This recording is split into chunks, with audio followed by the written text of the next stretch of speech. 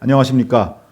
저도 상대 시인을 알고 상대 시인도 저를 아는, 적어도 한 번 이상은 만나본 시인의 시 중에서 한 편을 일방적으로 골라서 낭송하는 이재표의 편애시 낭송, 오늘은 7번째 시간입니다. 오늘의 주인공은 무명 시인과 KBS 아나운서의 사랑과 결혼으로 세간의 화제를 모았던 조기영 시인입니다.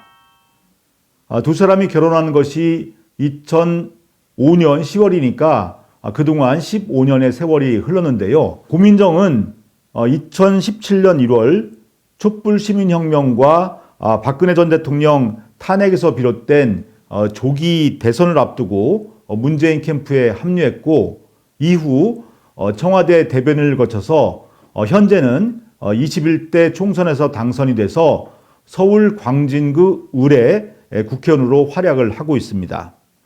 남편인 조기영 시인은 이 두 사람의 극적인 사랑을 부각시키기 위해서 앞에 가난한 일이라든지 또는 무명이라든지 이런 수식어가 따라 붙는데요. 분명한 것은 2000년 4월 도서출판 살림터에서 사람은 가고 사랑은 남는다라는 첫 시집을 냈고, 지금도 이 가사를 전담하면서 글을 쓰고 있다는 겁니다.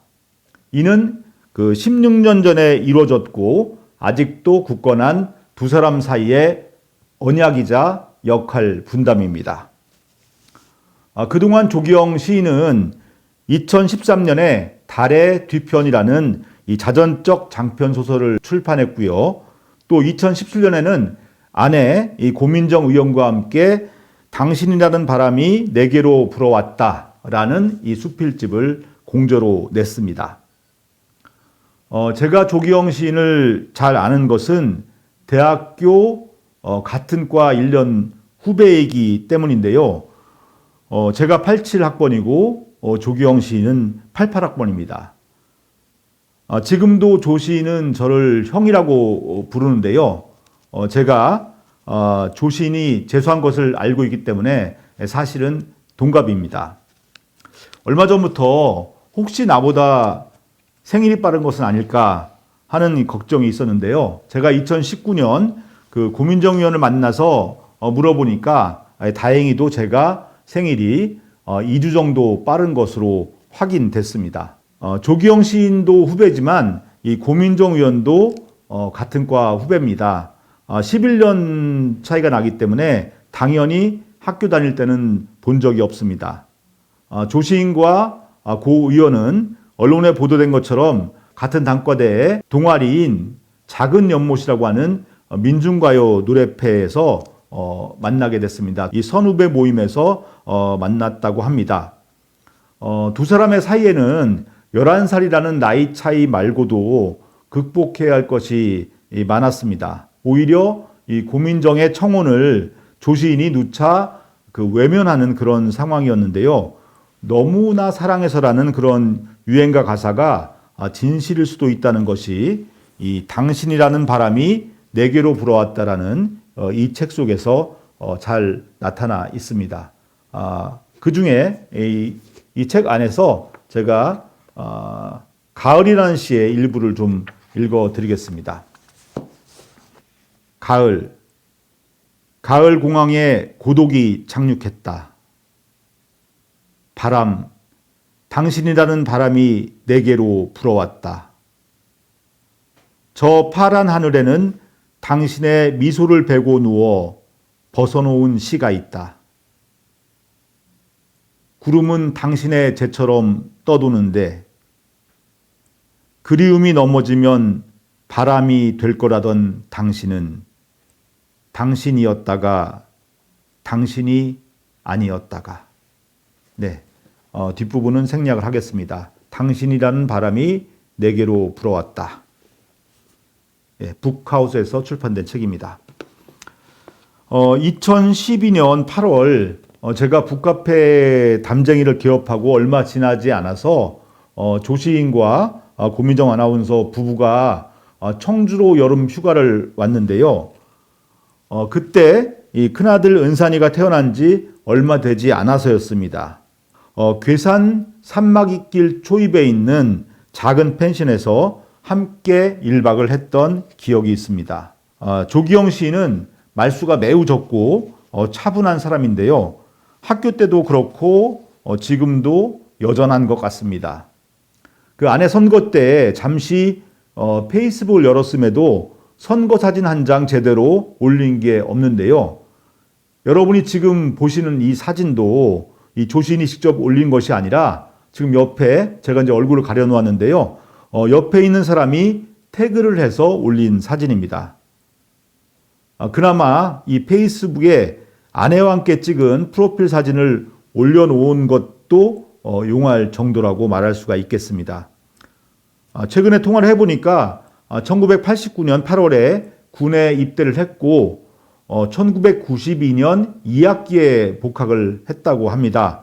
그러니까 87년에 입학을 해서 5년을 내리 학교를 다닌 뒤에 92년에 학교를 떠난 저와 조 시인의 교집합은 불과 한 1년 5개월 정도가 아닌가 생각이 드는데요. 그런데도 매우 가깝게 지냈던 그런 추억이 있습니다.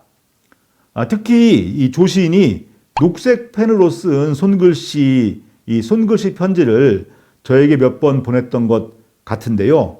글씨를 너무 잘 썼다는 그런 기억이 새록새록 떠오릅니다.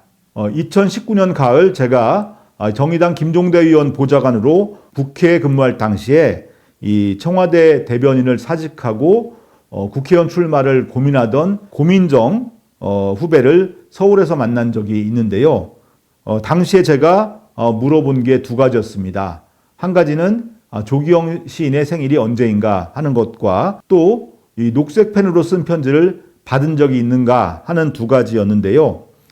조 시인이 생일이 저보다 느리다는 것은 앞에서 말씀을 드렸고 녹색 펜에 대한 질문은 예스였습니다.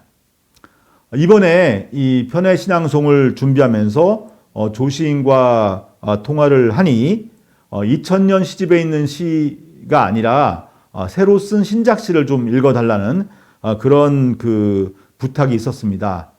제가 일단 녹색 펜으로 그 시를 써서 보내달라고 했더니 녹색 펜을 구해서 제 머릿속에 이 잔상으로 남아있는 정확히 그 글씨체로 시를 써서 보내주었는데요.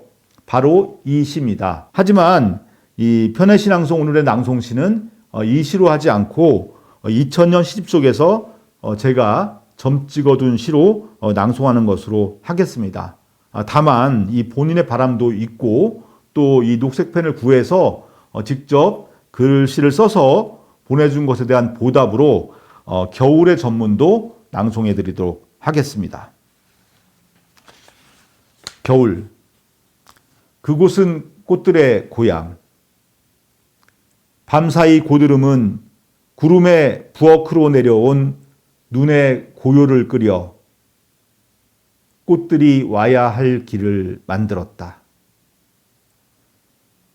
솔잎에 갈라진 바람의 음표는 어둠의 화음으로 번지고 새들의 둥지는 허공의 눈길을 갈라 바람의 꼭지점으로 서 있는데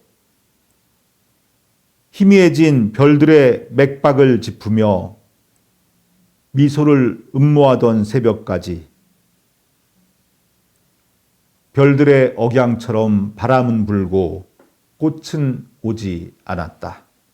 네, 2000년에 나온 조기영 시인의 첫 시집이자 아직은 유일한 시집, 또 희귀 시집이기도 한 사람은 가고 사랑은 남는다 중에서 어떤 시를 오늘의 낭송시로 할지 고민이 매우 컸습니다. 시집 전부를 꼼꼼히 읽으면서 고른 시는 바로 대문 없는 집인데요. 지난주 이종수 시인 편에서 빈집이라는 시를 낭송해 드렸는데 공교롭게도 연속으로 제목에 집이 들어가는 시를 낭송하게 됐습니다. 전북 정읍의 고향집 이야기를 쓴 시입니다. 대문 없는 집. 내 고향 우리 집엔 대문이 없다. 여름이면 우통을 벗으시고 수도가에서 들판의 땀을 등목으로 시원하게 닦아내시던 어머니는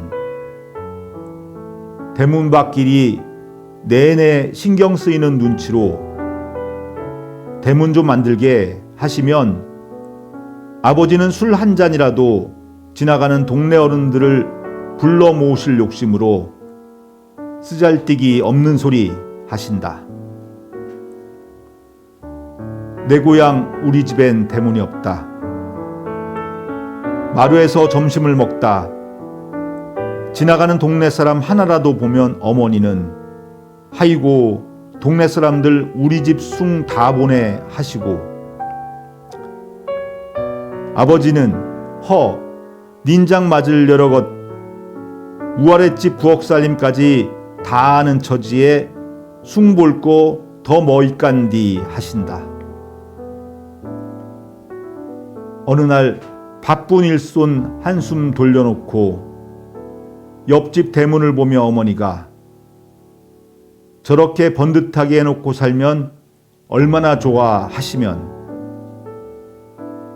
대문 놓으면 마당만 우리 땅이지만 대문만 없으면 세상이 다 우리 것인디 하며 아버지가 웃으신다.